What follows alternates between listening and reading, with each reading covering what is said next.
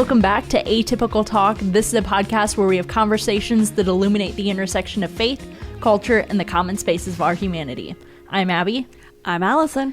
And we have Brooke with us today. She is our children's pastor here at Bridgeway. So Brooke, yeah, tell us a little bit about yourself. Well, hello, I'm Brooke. And like Abby said, I took on the children's pastor role here in February.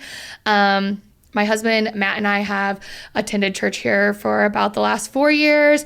We have a daughter who will be 3 in July. Her name's Blair. And we have a little baby boy on the way coming in July as well, who we do not have a name for yet. So name suggestions in the comments box, please. Yes. Send them in. Always scary. Yeah, so we decided to do a woman's takeover for the podcast today. Joel didn't even know, and so we'll see how this goes. Surprise! Yep. So we'll jump in. Our first question is, if you had to teach a college class, what do you think you could teach with not much preparation time? So are we talking like one class or an entire semester's worth of classes? Like a semester. Like you're told, hey, you need to teach this class for the semester. We're paying you $1 million. Whoa. Do it now. Okay, because I was thinking, I'm like, well, I could talk about how like I think cereal is should be considered a soup for one class, but I think after that it would probably go really off the rails. But an entire semester, I could talk about books. I mean, I've read 43 books so far this year, you guys, which I feel is pretty good. It's not even June yet. I don't know if I've read 43 books in my life, so I'm pretty impressed. Before about 2 years ago, I would have said the same thing. So I could talk about that. I could probably spend a semester talking about Indiana wineries, and if you call yourself a winery and all you have is a tasting room, just get out of here. But I don't know. Ultimately, I think maybe the class should be about like, I don't know, maybe like hot takes I have or that people have, like that the pink Starburst is the worst one in the pack. Huh? I don't even come at me. It's not a contest. How I'm still mad at Apple for putting that U2 album on my phone several years ago. Get out of here. So I just think, maybe it's just a class on hot takes. Okay. Sure. Yeah. That's really applicable to everyday life. I mean, you got to be able to have conversations with people. Yeah, so, that's true. College age students would love that. They would. Yeah. Maybe it's more of a debate class then. Yeah, I think that's good. Okay, let's do that. Yeah. You could do that for sure. I like that. Yeah. Now we've worked it out, so just call me when you need me to. I feel like for $1 million, Abby said I could learn about anything real quick. For sure. Or to teach a class. Exactly. What about you, Brooke? Well, I'm just thinking about how a lot of colleges have come out recently saying like they're teaching classes on Taylor Swift and her business strategies and or like her music and like just I think that's so amazing. So I feel like maybe I could talk about Taylor Swift for probably a whole semester. I love that. think so, probably too. Yeah, I think I could probably do that. She's got so many albums. Even She if does. you did one a class period. Yeah, and I am an OG Swiftie, so take me back to 2006 with the self-titled album. I can tell you all the things. Yes. And then Allison can be your sub whenever you're sick. I will. That's perfect. Yes, we've worked it all out. What are we doing here? See you next time. Bye. What about you, Abby? For me, I think it would just be like an audio production course or something like that. Like that's something I was really good at in college. I took a lot of those courses and I feel like I'm still doing that stuff. I know how to do it. We are. Yeah. So something like that. Yeah. I took a TV course. I was not good at that. Like lighting, failed that. But anything audio, I can do that. Oh my gosh, that's so funny. So our first topic today is a People article. It's titled, NFL says they do not agree with Harrison Butker's views in graduation speech and are committed to inclusion. Harrison Butker, kicker for the Kansas City Chiefs, gave the commencement speech at Benedictine College on Saturday, May 11th. In his speech, he took aim at the LGBTQ+ community, working women, abortion rights, and more, drawing heavy criticism. He told the women in the audience that they have had the most diabolical lies told to them, and that they will be much happier when they focus on starting a family instead of starting their careers. Harrison Butker gave a speech in his personal capacity, Jonathan being the NFL's senior vice president and chief diversity and inclusion officer, told People in a written statement. His views are not those of the NFL as an organization. The NFL is steadfast in our commitment to inclusion, which only makes our league stronger. So, we will link the whole speech or a way that you can watch it or read it. But what did you guys think of this speech? I have a lot of thoughts. Sometimes I am not exactly sure where to start in the conversation because, is it his take on women, his take on Catholic bishops, COVID-19, the LGBTQ plus community, euthanasia, abortion? Like, there was a lot packed into that 20 minutes. Like, yeah. It doesn't seem like 20 minutes is a long time, but he really, he made the most of the time he was given. I'll just say that. But I guess for starters, for me, like as someone who didn't grow up, like dreaming of their, wedding day, and I didn't even initially want children. I think he makes some big leaps in assuming that, like he said in the speech, and again, Abby said, we'll drop it in the show notes, but he says the majority of you are most excited about your marriage and the children you will bring into this world. And I just think that is such a big leap to assume about these women who have spent the last 4 or however many years working to obtain their degrees. Because maybe they're most excited about having kids and being wives, but I feel like if that were maybe the case, they would have just saved thousands of dollars and bypassed all the work that they put in. And I'm not saying that you can't have both because clearly we are working and also moms, Brooke and I, at this point. And so it's, I don't know. It's just such a leap, I guess. But, and if they do want both, like that is amazing. And not everyone has the ability to stay home and be homemakers or, stay at home moms. I was unemployed for one summer. And it didn't even take me about 2 weeks to realize that being a stay-at-home mom was not it for me. Yeah. Like, my kids and I, we both needed breaks from each other. Like, there was just, it just wasn't going to be for me. I was always going to work and then also be a mom. And, I know he praised his wife, who, he said loves being a stay-at-home mom, and kudos to her. And for him, for giving her a shout-out. I love that for her. But also not everybody has like the ability to, not everybody's husband is a professional NFL player. Yeah, I was going to say. They can afford to stay home. Not everyone has a husband that makes $4 million for kicking a ball. Most households, I would say, are dual income, But, if you can and you want to, great. If you can and you don't want to, also great. I just think, he made some giant leaps. Yeah. It felt very either or. Like you had to be a mom or you had to have a career and like not both at all. No. Yeah. I think it kind of, I don't know how he grew up or whatever. I think at the end of the day, we are all entitled to our own opinions about things, of course. Sure. And so that's fine that he wants to stand up for the things that he believes in. But I also, some of the things, like you were saying, Allison, it was his opinion is the opinion. Yeah. And I just hate that because I feel like there are so many things in the world that are that way today. And so I think you can do both. Like you can be, like for me, I'm really proud of my career and I love what I do. And I'm grateful that I get to come to work every day and I like my job. And I also love being a mom and a wife. And so I think you can be both. And that's really great.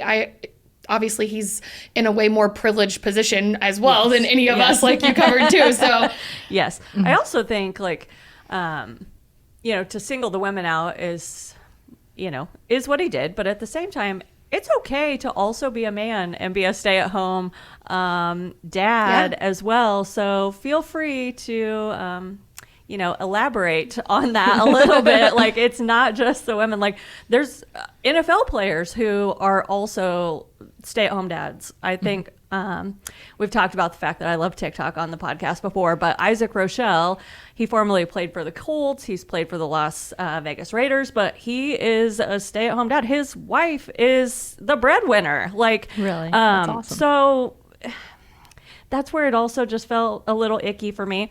But in light of Joel not being with us today, I feel like I should use my good eye for a minute, because that's what he tries to do. But, you know, and this is also in light of the fact that, like, Harrison has not come back out and said, like, let me clarify what I meant, or let me, you know, and that's okay. Like, he doesn't have to. He said what he said, and he may not feel like it needs any additional clarification. But what I would hope that he was trying to say is that, you know, family is important, that regardless of your degree or accomplishments or your job, that, you know, your family is your priority. Like, they will be your legacy, and that should be valued. Definitely. And I can get behind that if that if that's what he was implying. And I also have a hard time with cancel culture. We've talked about that before. Like, people make mistakes and they're human. And like Brooke said, like, we're all entitled to our opinion. Because he has a bigger platform and he's a celebrity, like, I think sometimes we hold them to this higher standard that we probably shouldn't, because they're humans like us.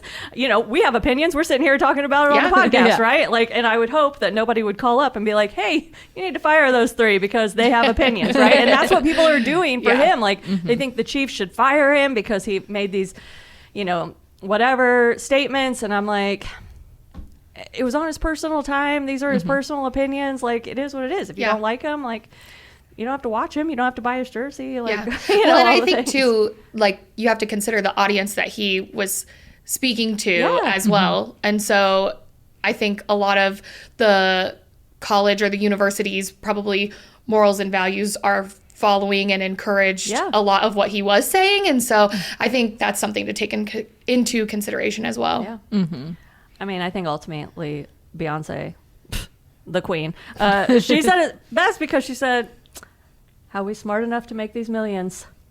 Strong enough to bear the children. Then get back to business. But at least Harrison knows who runs the world. It's girls. Our second topic today is a TV Line article titled Scarlett Johansson says she was shocked, angered, and in disbelief after hearing ChatGPT voice that sounds like her. OpenAI is pausing the use of a voice named Sky that is part of a new demo of ChatGPT's 4.0's voice mode. The emotive voice has been called out for sounding a little too similar to Scarlett Johansson's AI character from the 2013 film Her. Johansson herself has now stated she is shocked, angered, and in disbelief, especially after having turned down the offer to voice Sky. OpenAI elaborated further in a blog post, "We believe that AI voices should not deliberately mimic a celebrity's distinctive voice. Sky's voice is not an imitation of Scarlett Johansson, but belongs to a different professional actress using her own natural speaking voice," the company wrote. "To protect their privacy, we cannot share the names of our voice talents." That feels shady. Yeah, my anonymous source. Yeah. It also feels like that person probably would have come out and been like, oh, no, it's not Scarlett. It was me. Like, and this is the way I talk. Crickets. Yeah. We're waiting. Yeah. Plus, I mean, you're going to want to get credited for your work so you can get more work. So it feels like there wasn't another voice actress behind this. But do you guys think that she has a right to be upset about this? I mean, it's not like they are stealing or like not paying her for work that she did. So what do you guys think about her being upset about this? I think this is kind of tricky because there's so much about AI that I don't understand still. Yeah, it's wild. And probably won't for a long time just as it progresses. But I don't know. I think she has a right to be upset. I think about if my voice, and I'm not a celebrity, I don't get paid for just being talking, who I am and talking. But I think she has a right to be upset. I mean, if my voice was being used and I was in the same career as her, like, I would expect to be compensated for myself being used, whether it is another person or not. I think that needs to be maybe a little more cleared up as well. So I don't know. I thought this was really interesting and hard for me to really have an opinion on because I'm not famous and I'm not super educated on AI. So yeah. And for me, like AI is just so wild. The fact that this technology even exists, that people can even do that, you know, it's, I mean, I'm ancient here, but that is mind blowing. Yeah. Like, it's crazy. yeah. Now, I think the biggest part that upsets me about this is they just got done with their, the actors and writers strike because of the likeness. wanting to use AI instead of, paying them every single time. And so it's like, really, you're going to turn around? Yeah. So it's just wild to me that they turn around and do this despite, all the work that those actors and writers went through and, well, I mean, not working during that whole time. And then they still get screwed over. It's crazy to me. It really is. Yeah. Okay, so our next question is, who would be the first celebrity guest in your very own talk show? Or if you had your own atypical podcast and could have anyone on, who would you have on? Oh, man. There's so many people that I would like to just sit down and talk to, Yeah. Like Brooke mentioned, like, I would love to talk to Taylor Swift and just be like, lovely. Girl, what a wild ride you have been on. Like, that would be a delight. I also don't know why I have been obsessed with Reese Witherspoon since like early 2000s. I don't even know. But she's so quirky, but she's also super talented. She's a working mom who likes to embarrass her kids out in public, and I'm here for all of that. So I don't know. I just think both of those ladies would be super fascinating to talk to. Yeah, that would be awesome. What about you? You coming on my Taylor Swift podcast?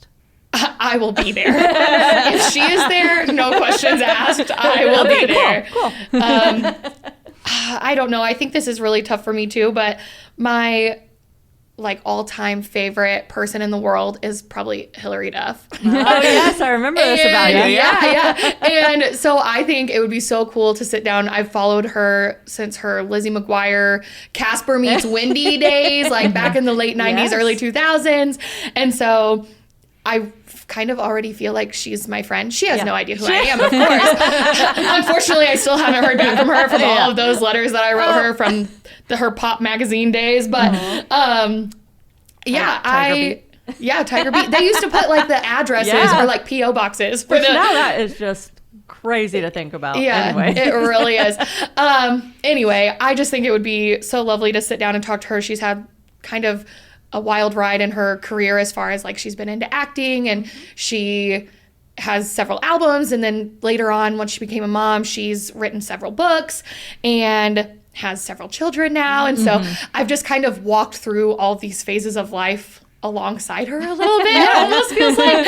And so I think we could have a lovely time sitting on a talk show and maybe sipping some coffee together. Yeah, I love that. What about you, Abby? I have to go with America's sweetheart, Dolly Parton. I think she would be great to just sit down and talk to.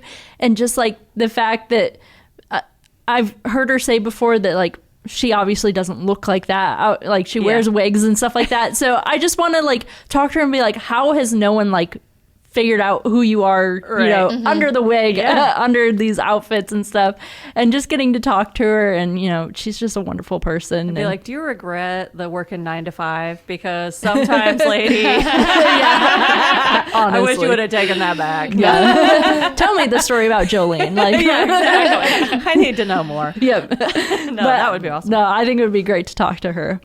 Our last topic today, this is a New York Post article titled, Mica Miller's pastor husband claims he tried to raise her from the dead in emotional eulogy. J.P. Miller, a South Carolina pastor whose wife fatally shot herself just days after she filed for divorce, told her memorial service that he visited her body 4 separate times and even tried to raise her from the dead. He opened up about her sudden passing as he delivered a lengthy eulogy to his congregation that some have since slammed as fake and blasphemy. Mica's death was ruled a suicide by the Robeson County Medical Examiner, but her family has since pleaded for cops to deeply investigate her demise amid allegations her husband had abused and groomed her. Mica had contacted police a handful of times and made all sorts of allegations against her husband in the lead up to her death. So, Allison, if you could, I feel like you know the most about this case. So just give a summary about like what happened. Okay, so Mica and John Paul Miller were married in 2017, and Mica filed for legal separation last October, so 2023. The case was dismissed in February after the couple agreed to try to reconcile, but Mica Miller again filed for separation just this past April 15th. Then JP Miller was served with the separation papers on April 25th, so 10 days later. 2 days after that, April 27th, Mica Miller was found dead of what investigators determined was a self-inflicted gunshot wound. The sheriff's office said it had received a 911 call from a woman who said she was going to kill herself and wanted her family to be able to find her body. But no autopsy, toxicology analysis, or gunshot residue tests were performed on her body. So at the conclusion of a full-length, upbeat sermon on Sunday, April 28th, the next day after Mica's death, J.P. Miller asked his congregation to stand for an announcement, and then this is what he said, and this is a quote. We'll probably drop we can link the video, but it says, "We're not going to do an altar call today," he said. "Instead, I'm going to have you stand up, and I'm going to make an announcement, and after the announcement, I'm going to ask that you leave church quietly and don't talk about the announcement here in the building." He talked to his congregants, and he said, or asked them to continue to come to church and serve and give for the next little bit because he was going to be taking a little break. His break may be a few days, a few weeks. He didn't know, he said, but that he got a call late last night that his wife had passed away. He told them that it was self-inflicted up in North Carolina and that they would have a funeral service on Sunday. But then he goes on to say, y'all, and this is a direct quote too, y'all knew that she wasn't well mentally and that she needed her medicine that was hard to get to her. I'm sure there'll be more details to come. So in police reports and affidavits for the separation, there are a lot of allegations that JP had slashed her tires, caused other damage to her vehicle, including installing like a GPS device under it, had affairs with women during their marriage, was physically, emotionally abusive, moved their assets into other people's names to avoid them being part of the divorce, and on and on and on and on and on. So social media has kind of like taken this and run with it in a lot of different ways. There are people who say it's a conspiracy and that she didn't kill herself and that the 911 call was made using AI generated voice detection software, and just a lot of conspiracy theories, a lot of just people who are kind of just in disbelief that like this was it, that it even got to this point, I guess is what I'm trying to say, that the police hadn't stepped in with all of the times that she had called and asked for help. And so just a lot of sadness. And then her family is just, still trying to get answers, and I don't know, so it's a lot. We've been talking about this in the office for like the last month.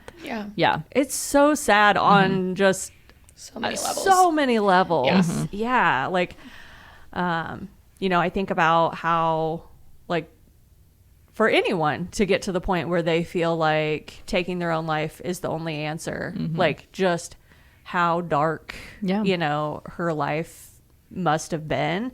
And then I also just think about the people who have been going to church where he pastors, and I'm so sad for them as well, just in all of this, because I'm sure that they did not see this coming. And I don't know, there's just I hate the whole thing. It's a whole mess, and like I feel for her family that's dealing with this, and they're the ones trying to push police to reopen the case and all of that. I don't know, it's just such a scary situation, and like so many unanswered questions right now. What are your thoughts, Brooke? I think I have so many thoughts that I could untangle about the whole situation, but I also kind of wonder, even if he wasn't the one to actually pull the trigger, if you will, I think about all of the information we have about him grooming her even as like a teenager up until they got married, and kind of the manipulation that went into their relationship. And so at what point does the police, or do the police start to investigate, okay, even if this was self-inflicted, like where's the evidence saying, you know, maybe he was manipulating her to do this? Yeah. I could see that. But also,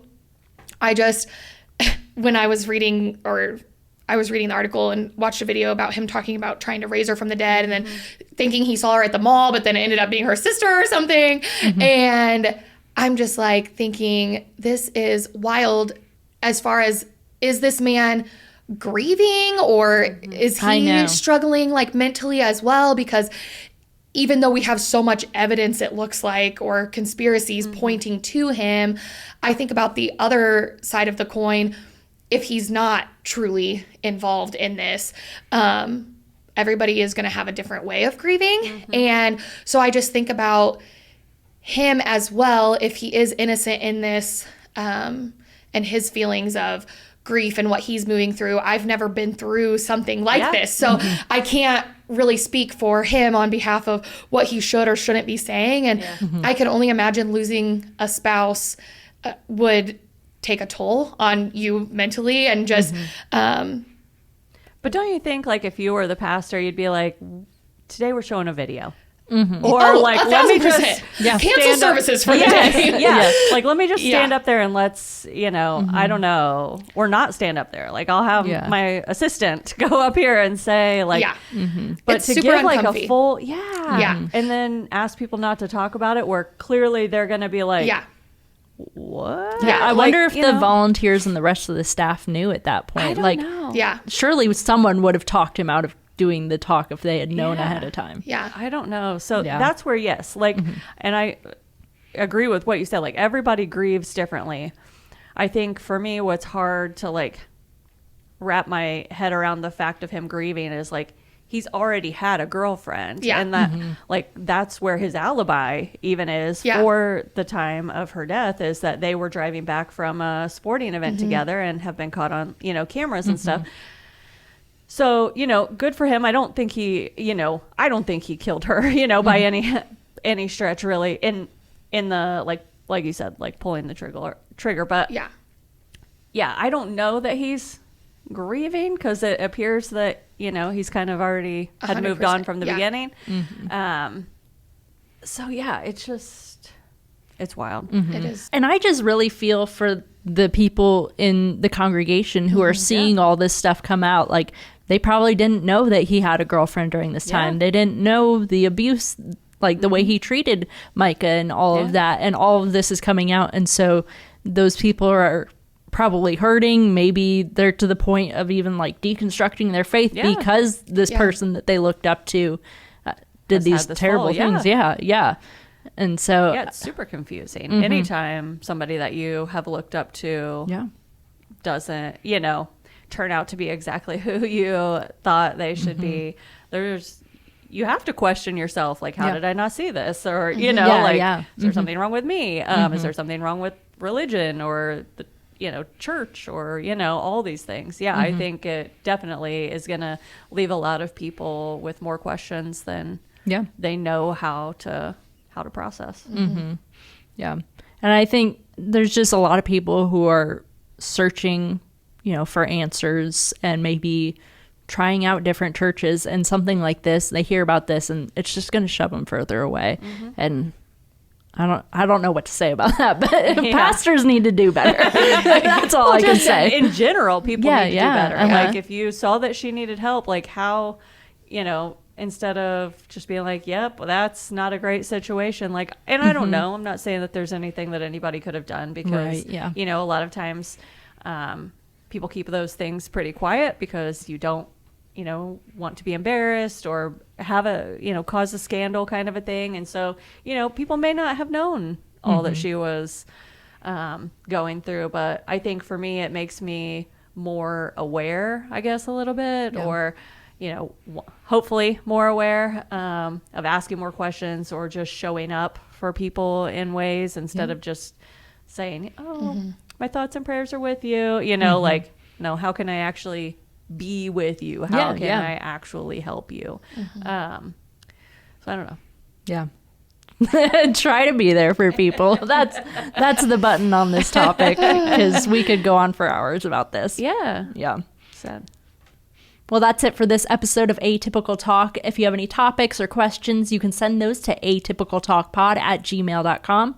You can follow us on Instagram, Facebook, and TikTok at atypicaltalkpod. Make sure to subscribe on your favorite podcast platform to get updates when new episodes go live. We hope that these conversations today have helped you think wider, love deeper, and partner with God to bring the up there down here in your everyday life. Thanks for listening.